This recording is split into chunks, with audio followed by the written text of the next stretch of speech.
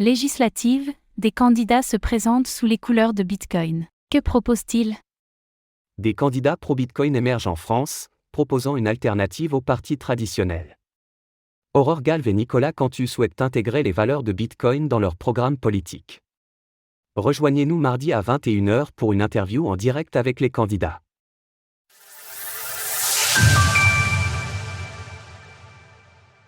Des candidats Bitcoin pour voter orange plutôt que blanc aux législatives.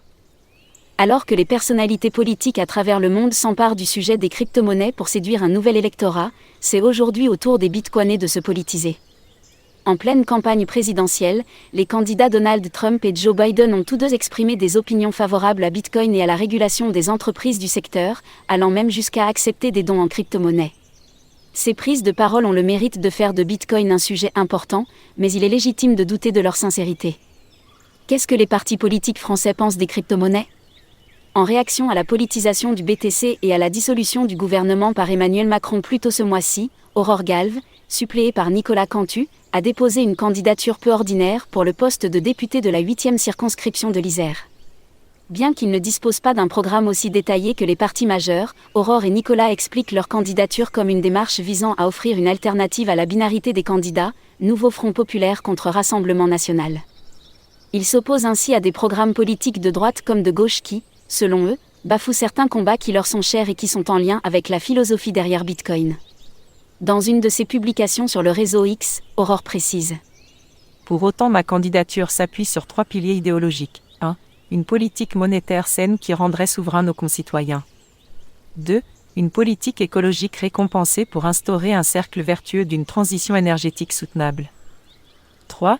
Une politique numérique veillant à protéger les utilisateurs, car l'hygiène numérique est un enjeu aussi bien national que personnel. Vous l'aurez compris, ma candidature rime avec un désir puissant de défendre les intérêts financiers et la vie privée de chacun.